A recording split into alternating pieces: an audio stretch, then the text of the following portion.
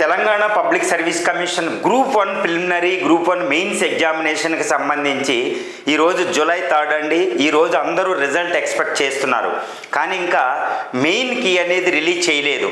ఈ సమయంలో 1:100 అనే డిమాండ్ చాలా విస్తృతంగా ఉంది. చూడండి, 2 రోజుల క్రితం UPSC union public service commission మనకి రిజల్ట్ ఇచ్చేసింది. మనకి ఈ గ్రూప్ 1 ప్రిలిమినరీ అనేది మనకి జూన్ 9th జరిగితే మనకి జూన్ 16th యూపీఎస్సీ ప్రిలిమినరీ జరిగింది. కానీ యూపీఎస్సీ కేవలం 32-33 రోజుల్లో తన రిజల్ట్ ప్రకటించేసింది. కానీ టీజీపీఎస్సీ రిజల్ట్ ఇంకా రాలేదు. ఇది విద్యార్థుల్లో ఒక రకమైన పోలిక మొదలైందనమాట. అరే, యూనియన్ పబ్లిక్ సర్వీస్ కమిషన్ ఒక వారం ముందు వెనకాల మొదలుపెట్టి అది రిజల్ట్ ఇచ్చేసింది, కంట్రీ వైడ్ రిజల్ట్ ఇచ్చేసింది. ఇంతకంటే ఎక్కువ మంది ఎగ్జామ్ అటెండ్ అయ్యారు.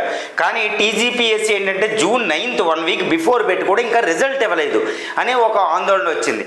ఏంటంటే ఇది సివిల్ సర్వీస్తో సమానమైన నోటిఫికేషన్ కాబట్టి 563 13 సంవత్సరాల తర్వాత వచ్చింది కాబట్టి ఈవెన్ ఈ తెలుగు రాష్ట్రాల్లో ఈవెన్ నాన్ లోకల్ అని అక్కడి నుంచి కూడా ఇక్కడ రాశారు. అదేవిధంగా తెలంగాణలో కూడా ఎక్కువ మంది సివిల్స్ స్టూడెంట్స్ కూడా ఈసారి గ్రూప్ 1 మీదే ఉన్నారు. కాబట్టి దీనికి పోలిక మొదలైంది. ఏమని? UPSC versus Telangana public service commission. ఇది ఎందుకు? ఈ లోపం వల్లే 1:100 అనే డిమాండ్ కరెక్టా అని మనం జస్టిఫై చేయవలసిన పరిస్థితి వస్తుందా, లేదా 1:50 అనే డిమాండ్ కరెక్టా, 1:100 అనే డిమాండ్ కరెక్టా అనేది ఇక్కడ మనం పరిశీలించవలసి వస్తుంది. యూనియన్ పబ్లిక్ సర్వీస్ కమిషను ఎప్పుడు కూడా ప్రతి ఇయర్ ఒక జాబ్ క్యాలెండర్ కరెక్ట్ షెడ్యూల్ ఉంటుంది, ఇక్కడ ఉండదు. కాబట్టి ఇక్కడ విద్యార్థులు డిమాండ్ చేయడానికి అవకాశం ఉంది. ఇప్పుడు union public service commission demand అనే ప్రసక్తే లేదు, అసలు రావడం లేదు, ఎవరు చేయరు. ఇంత కంట్రీ వైడ్ ఏ రాష్ట్రం కూడా కోర్టు కేసులు కూడా ఎక్కువ ఉండవు. ఉన్నా అది పనికి అంటే రేషనల్లీ అది పనికి మాలిన కేసుల కింద కోర్టు పరిగణించేస్తుంది అనమాట. ఎందుకంటే యూపీఎస్సీ మీద అంత ట్రస్ట్ అంటారు. అంటే ఒక ప్రజాస్వామ్యంలో ఇప్పుడు నెహ్రూ పెట్టిన డెమోక్రటిక్ ఇన్స్టిట్యూషన్స్ ఉంటాయి అనమాట. అంటే రాజ్యాంగాన్ని ఒక సోలు పెట్టి ఒక సజీవ పత్రంగా మార్చింది నెహ్రూ. ఎందుకంటే రాజ్యాంగ సంస్థలు డెమోక్రటిక్ ఇన్స్టిట్యూషన్స్ అంత స్ట్రాంగ్ చేశారు ఆయన, నెహ్రూ అయినా. అలాంటి వాటిలో ఒక యూనియన్ పబ్లిక్ సర్వీస్ కమిషన్ దాని అందు అంత ప్రగాఢ విశ్వాసం. ఇప్పుడు నేనే ఉన్నానండి, 3 ఇంటర్వ్యూలకి నేను వెళ్ళా, కానీ యూపీఎస్సీకి నేను తిట్టలేను. ఐఏఎస్ ఇంటర్వ్యూకి అది నా ప్రాబ్లం అనమాట. ఎందుకంటే that is UPSC interview conduct చేసింది. అదే వేరేదైతే నేను తిడతాను, అదే తప్పు చేసింది, అమ్మేసుకున్నారేమోనని. యూనియన్ పబ్లిక్ సర్వీస్ కమిషన్ అది ఉండదు. This kind of trust is very important to institutionalisation అనమాట. ఆ ఇన్స్టిట్యూషన్ ముందుకు తీసుకెళ్దాం. తెలంగాణ పబ్లిక్ సర్వీస్ కమిషన్ ఈరోజు మనకి ఎగ్జామ్ పెట్టింది. ఇది ఎగ్జామ్ పెట్టింది, మొన్న పెట్టిన ఎగ్జామ్స్ చూడండి. ఇది 150 బిట్లకు కాను 10 బిట్లు అగమ్య గోచరంగా ఉంది. చాలా అబ్జెక్షన్స్ రైజ్ చేశారు. ఇందులో సుమారు 4 బిట్లని డిలీట్ చేయవలసిన పరిస్థితి వస్తుంది. అంటే డిలీట్ చేయవలసిన పరిస్థితి వస్తుందంటే ఏంటి? ఒక్కొక్క బిట్టు ఒక్కొక్క జీవితాన్ని, కొన్ని వేల మంది జీవితాన్ని తారుమారు చేసేస్తారనమాట. అంటే 150 బిట్టుల్ని చేయడంలో కనీసం 10% బిట్టులు అగమ్యకు వచ్చిన యాంబిగ్యూటీ, యాంబివలెంట్ యాటిట్యూడ్ వచ్చింది. ఈ బిట్టులు చేసిన వాళ్ళు ఉద్యోగాన్ని కోరుకునే వాళ్ళ పరిస్థితి ఏంటి? ఇలాంటి తప్పిదం అనమాట. యూనియన్ పబ్లిక్ సర్వీస్ కమిషన్తో పోల్చుకుంటేది ఇది చాలా పెద్ద తప్పిదం. అందువల్ల ఇప్పుడు అందరూ 75-80 వచ్చిన వాళ్ళు కూడా నా 10 బిట్లు ఏమవుతాయి ప్రైమరీ మెయిన్కి వచ్చేటప్పటికి నాది అవుతుందా లేదని ప్రిపరేషన్ లేదు. వేరే యూనియన్ పబ్లిక్ సర్వీస్ కమిషన్ ఒక ప్రిలిమినరీ కట్ ఆఫ్ ఎస్టిమేట్ చేస్తే అది వెంటనే అయిపోతుంది. మనకి ఏదో అటు ఇటులో ప్లస్ ఆర్ మైనస్లో అయిపోతుంది. ఇప్పుడు లేదు. ప్రైమరీ కీ అనేది కాకుండా తర్వాత కీ ఎప్పుడు వస్తూ ఉన్నారు. ఎందుకంటే ఎన్ని బిట్లు డిలీట్ అవుతాయి ఇది తెలియదు. కాబట్టి Telangana public service commission union public service కమిషన్తో పోల్చుకుంటే ఒక రాజ్యాంగబద్ధ సంస్థ అయినప్పటికీ కొన్ని తప్పిదాలు జరిగినాయి ఎగ్జామ్లో. సో ఈ విధమైన తప్పిదం వల్ల 1:2 డిమాండ్ అనేది పైకి వస్తుంది. ఎందుకంటే గత 2 ప్రిలిమినరీ అవజేసిన వాళ్ళు ఈసారి ఉంటారో లేదో తెలియదు. అది మెయిన్ ప్రాబ్లం అయింది. తర్వాత 1:100 అనేది ఇంకా ఎందుకు విస్తృతం అంటే, ఇప్పుడు తెలంగాణ విద్యార్థులు నిరుద్యోగులంతా ఒక లెటర్ సర్క్యులేట్ చేస్తున్నారు. చాలా వండర్ఫుల్గా డ్రాఫ్ట్ చేయడం జరిగిందనమాట డిమాండ్ లెవీని. అందులో వాళ్ళు చెప్పేది ఏంటంటే, ఇది 2 సార్లు ప్రిలిమినరీ చేసినా అవ్వలేదు, కంప్లీట్ అవ్వలేదు, కానీ కోర్టు మీకు రీ ఎగ్జామినేషన్ పెట్టమంది, రీ నోటిఫికేషన్ ఇవ్వడం జరిగింది. రీ ఎగ్జామినేషన్ బదులు రీ నోటిఫికేషన్ వల్ల కొత్తగా 1:2 అంటే 1,33,000 మంది కొత్తగా వచ్చారు. అది కూడా లాస్ట్ 2 రోజుల్లో. 2 రోజులు అంటే మార్చి 14 బదులు 2 రోజులు ఎక్స్టెన్షన్ చేయడం వల్ల వీళ్ళు పెరిగారు. అప్పుడు కూడా నోటిఫికేషన్ ఇచ్చినట్టు లాస్ట్ డేట్ అన్న దాన్ని కొంటే ఎక్స్టెండ్ చేశారు.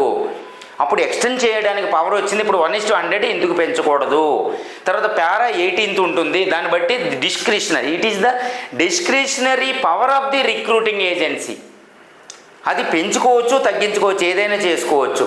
ఓకే. 2, ఒక విశ్వాసాన్ని పెంపొందించుకోవాలి. యూనియన్ పబ్లిక్ సర్వీస్ కమిషన్ అంత విశ్వాసం దాని అందు ఉండాలి మనకి. ఓకే. ప్రతి గవర్నమెంట్ వస్తే అందులో ఉన్న మెంబర్స్ వాళ్ళు చేంజ్ అవ్వడం అనేది యూనియన్ పబ్లిక్ సర్వీస్ కమిషన్లో ఉండదు. కాబట్టి రాష్ట్ర ప్రభుత్వాన్ని ఇప్పుడు ఎవరైనా ప్రధానమంత్రి యూపీఎస్సీ తీసుకునే డిసిషన్కి ఎవరైనా ప్రధానమంత్రి గారిని ఎవరైనా కేంద్ర ప్రభుత్వాన్ని డిమాండ్ చేయడం ఉందా? ఎందుకంటే కేంద్ర ప్రభుత్వం కాదు, యూనియన్ పబ్లిక్ సర్వీస్ కమిషన్ అధికారాలరా. కేంద్ర ప్రభుత్వం తీసుకునే చర్యలు ఏమి ఉండవు ఇక్కడ, అది ఇంటర్వ్యూన్ అవ్వదు అనే ఒకటి ఉంది. కానీ ఇక్కడ టీజీపీఎస్ తీసుకునే చర్యల్ని రాష్ట్ర ప్రభుత్వం ఇన్ఫ్లుయెన్స్ చేస్తుంది అనే ఒక దాన్ని కాబట్టి డిమాండ్ చేస్తున్నారు ప్రొటెస్ట్. కాబట్టి దానివల్ల ఏంటంటే ఈ 1:100 అనేది సమంజసం. ఇక 1:50 వాళ్ళు 1:100 అంటే కంఫర్టబుల్ జోన్లో 80 పైకి వచ్చిన వాళ్ళు 1:50 ఉంటే బాగుండు. మళ్ళీ వాల్యుయేషన్ అవ్వదు. అది వాల్యుయేషన్ ఎందుకు అవ్వదండి? వాల్యుయేషన్ అవుతుంది. చాలామంది ఈ ఉద్యోగార్థులు ఎంతమంది రాస్తారు మెయిన్స్ ఎగ్జామ్? ఈరోజు నిరుద్యోగులు గ్రూప్ 1 లాంటి స్థాయి ఎగ్జామ్ని పట్టుకోకుండా ముందు ఏదో జాబ్ రావాలని కోరుకుంటున్నారు. కాబట్టి కాంపిటీషన్ అంత లేదు, ఎక్కువ మంది రాయరు. కానీ రాసే అవకాశం పొందడం అనేది ఆయన హక్కు లాంటిది, రాసే హక్కు. కాబట్టి 1:100 అనేది కరెక్ట్. ఈ 1:150 కావాలి, నోటిఫికేషన్ మార్చకూడదు అనేవాళ్ళు అది సమంజసం కాదు. ఎందుకంటే 13 సంవత్సరాల తర్వాత వచ్చిన నోటిఫికేషన్ కాబట్టి వాళ్ళకి అవకాశం ఇవ్వాలి. వాళ్ళ అవకాశాన్ని వాళ్ళు అడిగేటప్పుడు అభ్యర్థిస్తున్నారు కాబట్టి గవర్నమెంట్ మనం న్యూట్రల్గా ఉండాలి. 2, 1:100 ఇస్తే ఎక్కువ లీగల్ ప్రాబ్లమ్స్ వస్తాయా? 1:50 వస్తే ఎక్కువ లీగల్ ప్రాబ్లమ్ వస్తాయంటే 1:50 ఇస్తే లీగల్ ప్రాబ్లమ్స్ వస్తాయండి. ఎందుకంటే కోర్టు అడిగింది రీ నోటిఫికేషన్ కాదు, రీ ఎగ్జామ్ని పెట్టమంది. కొత్తగా నోటిఫికేషన్ వేశారు. నోటిఫికేషన్ వేసి 60 పోస్టులు యాడ్ చేయడం జరిగింది. ఇప్పుడు అంతకు ముందు ఉన్న వాళ్ళు ఇప్పుడు రావడం లేదు. 13 సంవత్సరాల తర్వాత అవకాశం ఎంతోమందికి అంటే సహజ న్యాయం అనేదే లభించడం లేదు ఇక్కడ 1:1 వెళ్తే. కాబట్టి సహజ న్యాయ సూత్రాలకు వ్యతిరేకంగా ఉంది కాబట్టి ఇది లీగల్గా కనిపించినప్పటికీ కూడా ఈ 1:100 అనేది సమంజసం అనేది ఇంపార్టెంట్. 2, గవర్నమెంట్కి అనేది వద్దాం. కాంగ్రెస్ గవర్నమెంట్ని చాలా హోప్ఫుల్గా సెలెక్ట్ చేసుకున్నారు. హోప్ఫుల్గా అది డెమోక్రట్ అది వచ్చేటట్టు చేశారు. విద్యార్థులు చాలా హోప్ఫుల్గా ఉన్నారు. కాబట్టి వాళ్ళ హోప్స్ అనేది నిర్వర్తించాలి. 2, ఒక ప్రొటెస్ట్ జరుగుతుంది. ఆ ప్రొటెస్ట్ సక్సెస్ అవుద్దా లేదనేది నాకు క్వశ్చన్ కాదు. కాకపోతే ఈ ప్రొటెస్ట్ని సల్లార్చడం అనేది ఒక ప్రజాస్వామ్య ప్రభుత్వం యొక్క లక్ష్యం. ఇప్పుడు ప్రస్తుతం విద్యార్థులు అడుగుతున్నారు, అభ్యర్థనలు అడుగుతున్నారు, పోరాడుతున్నారు, నిరాహార దీక్ష చేస్తున్నారు. ఓకే. వీళ్ళు గాంధీయన్ ప్రిన్సిపల్స్గా ఆధారంగా వచ్చిన పార్టీ కాంగ్రెస్. ఒక గాంధీయన్ మూమెంట్, పీస్ఫుల్ మూమెంట్ అనేది గౌరవించాలి. ఇప్పుడు ఇక్కడ వీళ్ళు కోరుకునే సహజ న్యాయం ఉంది. ఏదో 13 సంవత్సరాల పుష్కర అదే టైంలో 4 నోటిఫికేషన్లు అక్కడ వచ్చినాయి. యూపీఎస్సీ 13 నోటిఫికేషన్లు పెట్టింది. దీనికి బాధ్యులు ఎవరండి? ఈ 13 సంవత్సరాలు ఒక అవకాశాలు కోల్పోని వాళ్ళకి ఒక అవకాశం ఇవ్వాలి కదా. వాళ్ళు అవుతారో లేదు తర్వాత ఎలాగో సామర్థ్యం నిరూపించుకుని వెళ్ళాలి. కాబట్టి 1:100 అనేది ఇప్పుడు విద్యార్థులు డిమాండ్ చేస్తున్నట్టు చాలా అక్షర సత్యం అండి. అది న్యాయం, అన్ని న్యాయ సూత్రాలకి పనికొస్తుంది. కాబట్టి తెలంగాణ పబ్లిక్ సర్వీస్ కమిషను అదేవిధంగా తెలంగాణ ప్రభుత్వం కూడా చాలా జాగ్రత్తగా న్యాయ సూత్రాలకు అనుకూలంగా విద్యార్థుల డిమాండ్ని పరిశీలించి ఇది 1:100 ఇవ్వడం వల్లే కోర్టు కేసులు రావు. 1:50 వెళ్తే చాలా కోర్టు కేసులు వచ్చే అవకాశం ఉంది. కానీ వాల్యుయేషన్ అవన్నీ పక్కన పెట్టండి, చాలా కోర్టు కేసులకు వచ్చే అవకాశం ఉంది. ఎందుకంటే ఇక్కడ కొన్ని ఒడిదుడుకులు వచ్చినాయి. ఈ క్వశ్చన్ అనేది 2011 తీసుకోండి. 2011లో మీకు ఏపీ ఉమ్మడి రాష్ట్రం ఒక నోటిఫికేషన్ పెడితే 2 ప్రశ్నల్లో తేడా ఉందని సుప్రీంకోర్టు క్యాన్సిల్ చేసింది. అందుకే 2 ప్రభుత్వాలు 2016లో నోటిఫికేషన్ పెట్టుకోవాల్సి వచ్చింది.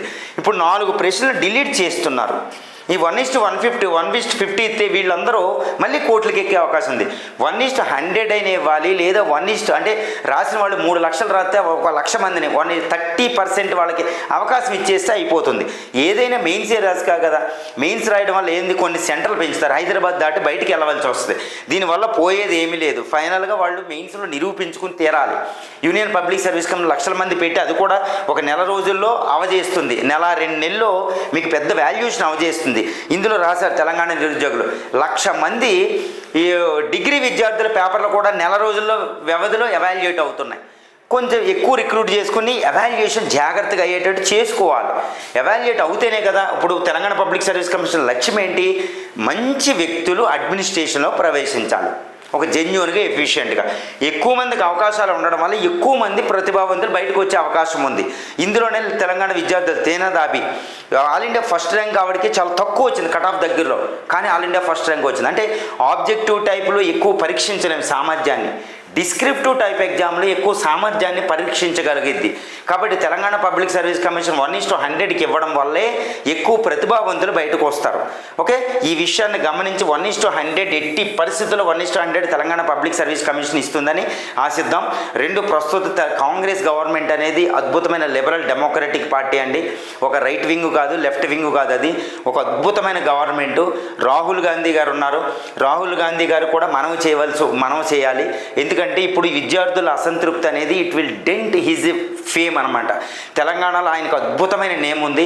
సెంట్రల్ లైబ్రరీకి ఆయన విజిట్ చేయడం అంటే it is not a joke. అందువల్ల తెలంగాణ విద్యార్థులతో ప్రభుత్వం చర్చలు జరిపి దానికి అవకాశం ఇచ్చేటట్టు చేస్తని ఆశిద్దాం.